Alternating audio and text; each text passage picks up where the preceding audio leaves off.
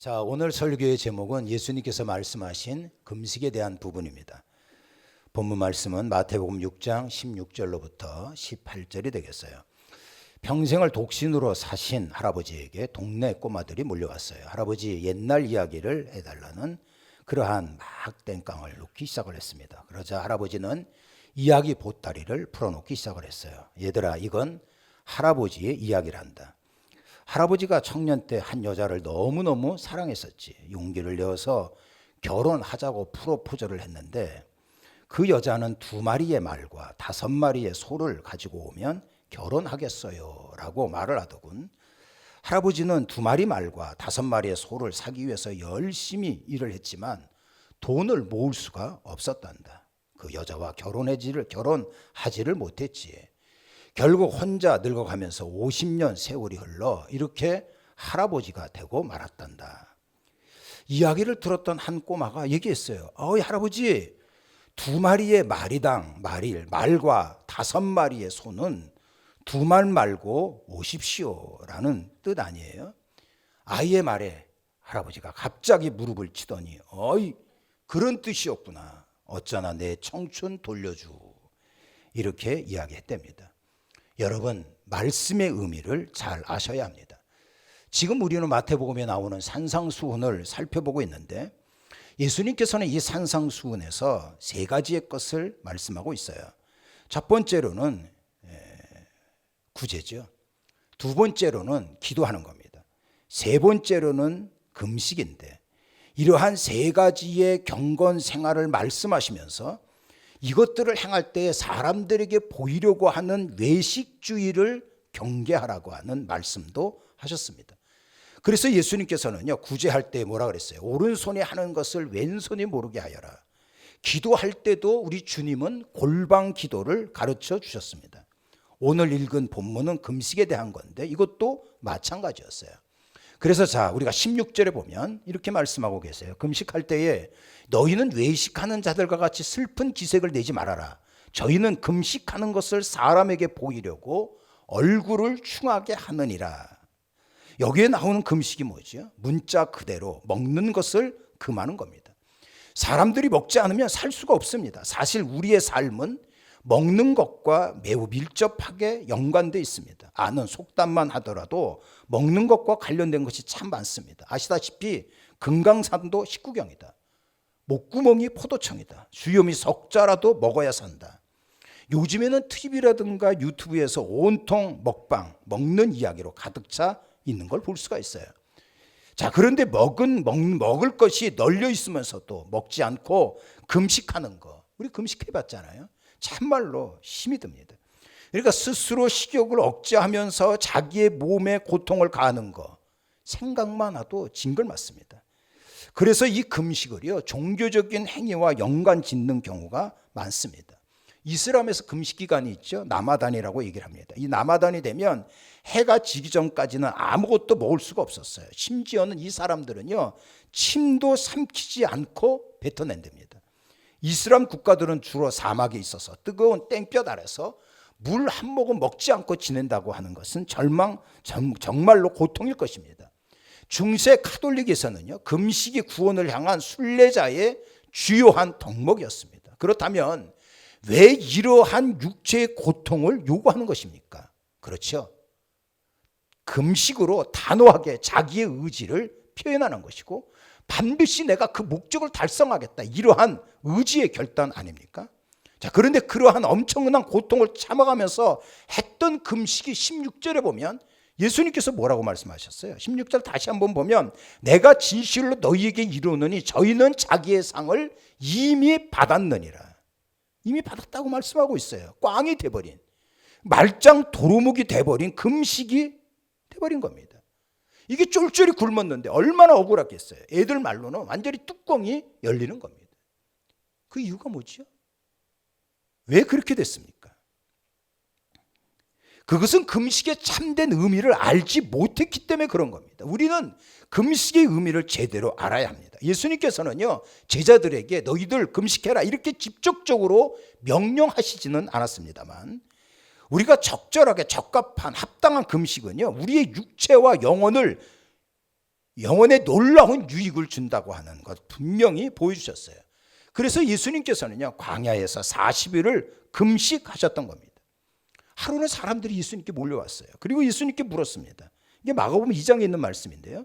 요한의 제자들과 바리새인의 제자들은 금식하는데 예수님 어찌하여 당신의 제자들은 금식하지 않습니까? 이렇게 물었어요. 그때 예수님께서는 이렇게 말씀을 하셨습니다. 자, 혼인집에 손님들이 신랑과 함께 있을 때 금식할 수 있느냐? 신랑과 함께 있을 동안에는 금식할 수 없느니라. 그러나 신랑을 빼앗길 날이 이르리니 그날에는 금식할 것이니라. 여기에 나오는 신랑은 예수님이십니다. 예수님이 이 땅에 온 지금은 금식할 필요가 없지만 신랑이 빼앗길 날이 온다는 거예요. 다시 말해서 예수님께서는요, 원수에게 붙잡혀서 십자가에서 그렇게 고통 가운데 죽게 될 때가 오는데 그때는 금식해야 될 것이다 라고 말씀을 하신 겁니다. 그러니까 우리 주님은요, 한마디로 얘기하면 금식을 해야 될 때와 장소가 있다는 것을 분명히 말씀을 하신 거예요. 여러분들 생각을 해보십시오. 결혼식 얼마나 즐겁습니까? 얼마나 축하와 그리고 기쁨의 잔치라고 생각을 할 수 있잖아요. 그러니까 모인 사람들은 즐겁게 먹고 마시고 함께 해야 됩니다. 그런데 잔치 한 구석에 처박혀가지고 우거지상을 해가지고 금식한다고 버틴다면 아마도 그 결혼 때문에 속상하고 괴롭다 이런 뜻이 아니겠어요? 예를 들면 신부를 짝사랑했던지 신랑과 그런 관계라서 신부를 보면 밥맛이 달아난 경우일 겁니다. 근데 갑자기 신랑이 음모에 빠져가지고 납치를 당하든지 쇠가락을 차고 끌려간다면 신부를 비롯해서 하객들은 놀랄 겁니다. 그리고 울면서 슬퍼할 거예요. 그럴 때 밥이 목구멍으로 넘어갈 수 있느냐 하는 거예요. 이때야말로 슬퍼하며 금식할 때다라는 거죠. 다른 사람은 울며 금식을 하는데 한 구석에 아이고 쌤통이다, 아이고 잘됐네 이러면서 먹고 마시고 즐기는 사람이 있다면 이해가 되겠어요? 몰매 맞고 쫓겨날지도 모릅니다.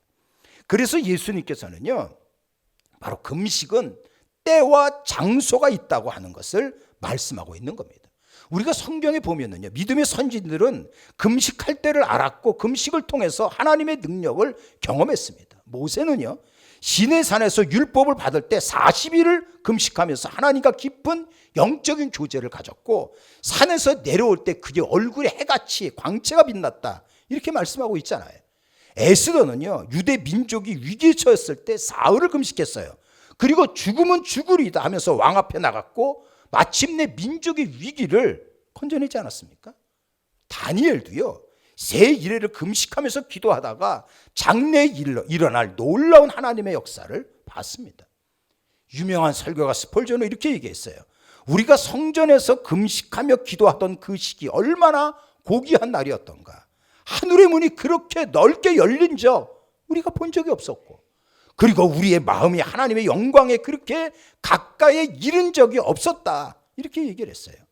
자, 이런 식으로 하나님의 사람들은요, 금식하는 때와 장소를 분명히 했고 그리고 하나님 앞에 큰 응답을 받았던 겁니다. 근데 바리새인들은 어땠어요? 지기 멋대로 했습니다. 말 그대로 굶은 거지요. 금식을 한 거예요. 금식을.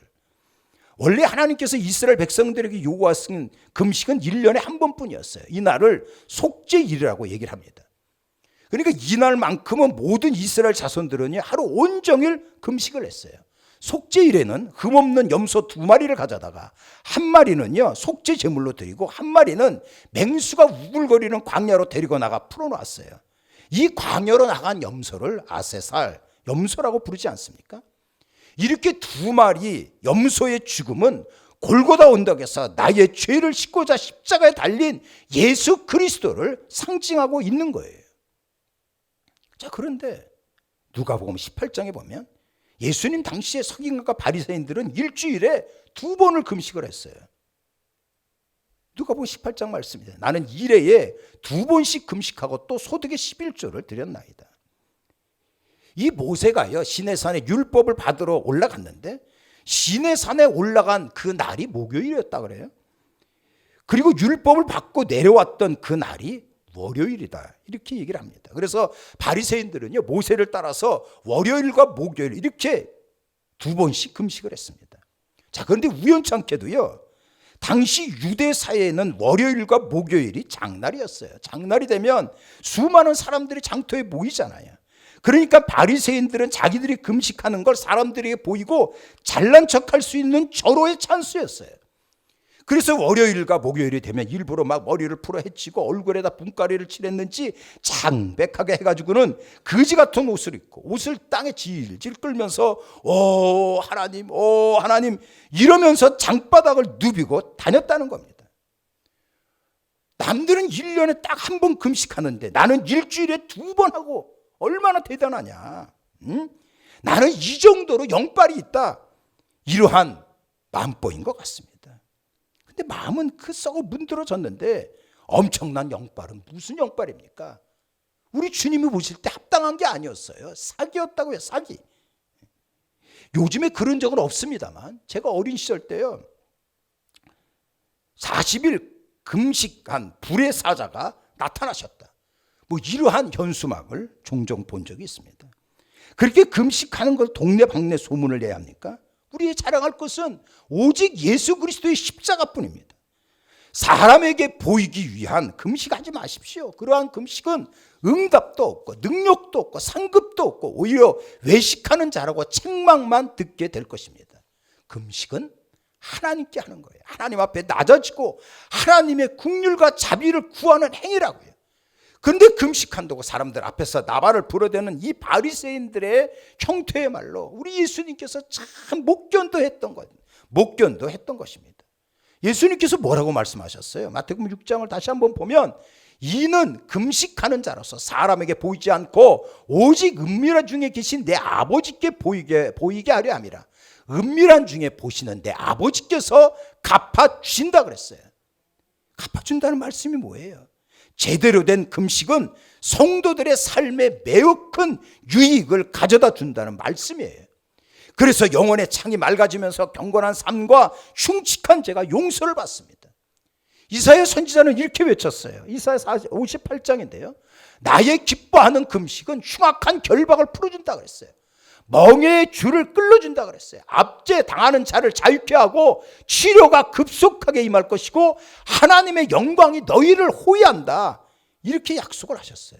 예수님께서도요 간질로 고생하는 아이를 고치시면서 이런 식으로 말씀을 하셨습니다. 기도와 금식이 아니면 이러한 유가 나갈 수가 없느니라. 시편 35편에 보면 나는 그들이 병들었을 때에 금식하며 내 영혼을 괴롭게 하였더니 내 기도가 내 품으로 돌아왔도다. 이렇게 외쳤어요. 내 기도가 내 품으로 돌아왔다고 하는 말은 기도가 응답받았다고 하는 그러한 말씀이에요. 그러니까 제대로 된 금식은 이렇게 놀라운 하나님의 역사가 임하는 거예요. 우리는 제대로 해야 됩니다. 우리는 제대로 하나님 앞에 기도하며 나가야 돼요. 이 그림은 신기에 가까운 화장술로 인터넷 스타가 된 중국 여성 하인순이라고 하는 여자입니다. 그러니까 이 여자가요 이렇게 됐어요. 난 깜짝 놀랐어요. 똑같은 여자인데 이렇게 변했어요. 키는 156, 몸무게 60kg에 작은 눈, 납작한 코를 가졌다고 친구들이 돼지 아줌마 이렇게 놀림을 받고 오기가 발동을 해가지고 노력해서 이런 놀라만한 결과를 가져왔답니다. 댓글이 올라왔는데 같은 사람이 맞는지 의문이 든다. 정말 기적의 화장술이다. 화장이 아니다. 변장이다. 예뻐서 환장하겠다. 속지 말자 화장빨. 뭐 이런 식으로 반응을 보였습니다. 이게 변장이든 환장이든 제가 볼 때는 대단한 것 같습니다. 이 여인은요 자신의 사이트에 이렇게 말을 올렸습니다. 이 세상에서 예쁘지 않는 여자는 없다. 문제는 노력이고 열정이다. 이렇게 얘기를 했어요. 그렇습니다. 세상살이 모든 일은 열정이 절대로 필요한 겁니다. 더군다나 하나님을 믿는 신앙은요 우리는 분명하게 열정을 가지고 나가야 하는 거예요. 금식은 하나님에 대한 열정을 보이는 겁니다. 혹시 여러분 하나님을 만나고 싶은 갈망이 있나요?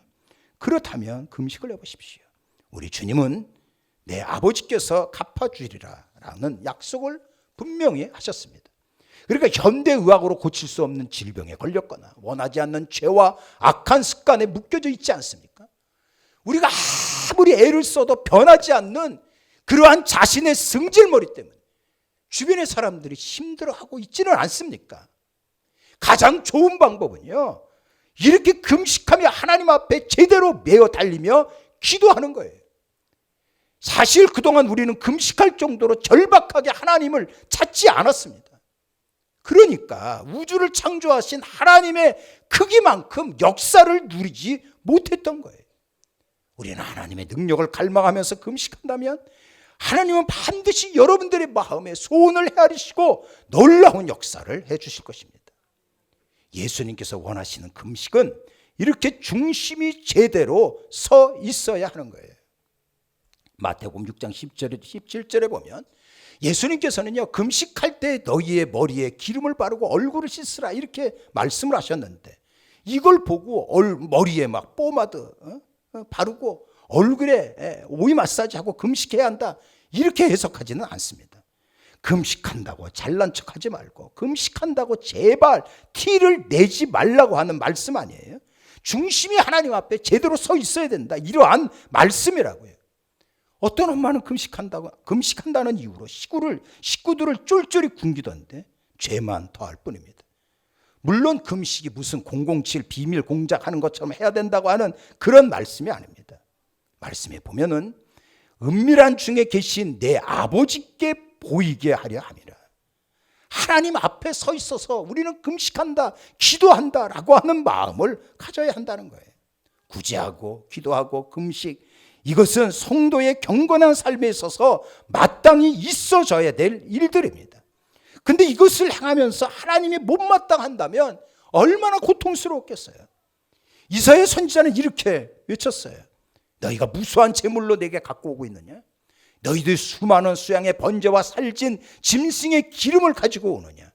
그것은 헛된 재물이고 나는 가증이 여길 뿐이다 라는 말씀을 하셨어요. 왜 이렇게 됐습니까? 왜 이렇게 엉망이 되었냐고요. 이사야 선지자는 그 이유를 딱 한 가지로 지적을 하고 있습니다. 내 마당만 밟을 뿐이로구나. 내 목전에서 너희의 악업을 버려야 한다 하는 마음이에요. 마음은 하나님을 떠나 있고 교회 마당만 밟으면 주님은 못 견뎌한다는 거예요. 결혼하고 나서 맨날 김씨 아저씨 방마당만 생각하면 이게 가정이 제대로 서 있겠냐 하는 거예요. 이사야 선지자가 얘기했던 이 목전이라고 하는 얘기는 감추어진 행실이 문제라는 거예요. 중요한 것은 우리의 중심입니다. 사람이 보든 안 보든 중심이 제대로 서 있어야 하는 거예요.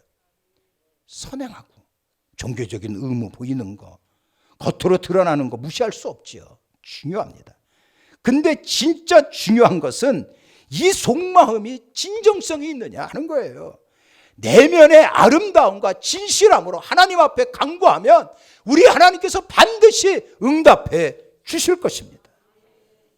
이제라도 중심을 잡고 여러분들 기도하십시오.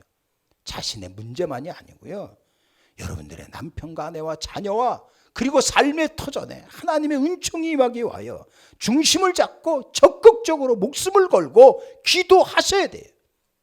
더군다나 이 나라와 이 민족을 위해서 우리는 기도해야 됩니다. 6.25 때 낙동강까지 소련 탱크로 무장한 북한군이 밀고 내려왔잖아요. 이제 마지막 남은 건 부산 하나뿐이었어요. 근데 이 부산마저 무너지기 일보 직전이었습니다. 그때 이승만 대통령이 피난 온 목사님들을 초량교회에 불러 모았어요. 이 초량교회가 부산에 있거든요.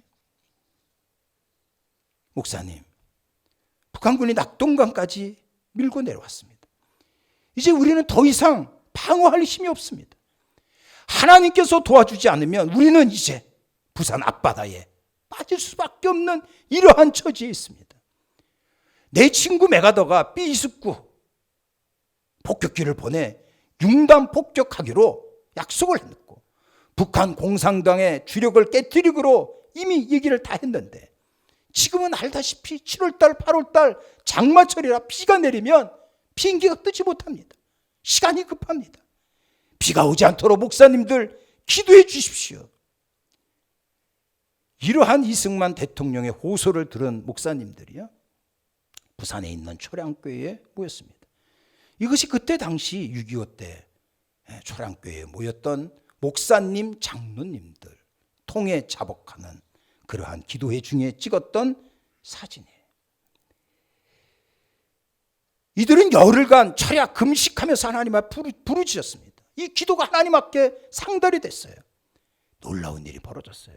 장마철인데 그 해에 7월달, 8월달 비 한 방울 내리지 않았답니다. 결국 하늘이 새까맣게 비스크 폭격기가 떠서 융단 폭격을 해가지고 낙동강 전선을 지키고 그 여파로 인천 상륙작전을 감행할 수 있었던 거예요. 기도는 능력입니다. 기도는 하나님의 역사를 체험할 수 있는 분명한 통로가 되는 거예요. 요즘에 진보와 보수로 나누어져서 자기 말만 하고 서로를 향해 비난만 하는 심각한 때입니다. 우리나라가 마치 열강의 틈바구니에 끼어가지고 결국은 일본에게 먹힌 19세기 구한말처럼 되어가고 있는 심각한 상황입니다. 믿는 사람들은 깨어서 나라를 위해서 기도하고 금식할 때가 되었습니다. 이 민족 이 땅 위에 어둠과 음란의 영이 판을 치고 있습니다. 공경원하게 동성애를 지지하고 있고 자기 신념에 따라서 총 안 들면 대체복무 시켜주겠다. 이런 식으로 나라의 꼴이 점차 소돔과 고모라가 되어가고 있는 이때에 믿는 우리들은 기도하며 하나님 앞에 간절히 간구해야 될 때가 온 것입니다. 요엘서 2장에 보면 여호와의 말씀에 너희는 이제라도 금식하고 울며 애통하며 마음을 다하여 내게로 돌아오라 하셨나니 너희는 옷을 찢지 말고 마음을 찢고 너희 하나님께로 돌아오거라 라는 외침입니다. 기도하십시오. 기도는 능력이고 권능이고 특권입니다. 기도해서 이 나라와 이 민족 그리고 여러분들 처한 모든 개개인의 문제가 해결받고 치유받고 그리고 축복의 문이 활짝 열려지기를 주님의 이름으로 축원합니다. 축원합니다. 이제는 우리 구주 예수 그리스도의 은혜와 하나님 아버지 극진하신 사랑하심과 성령님의 위로와 교통하심이 예배드린 우리 모두에게 영원히 함께하옵기를 간절히 축원하옵나이다.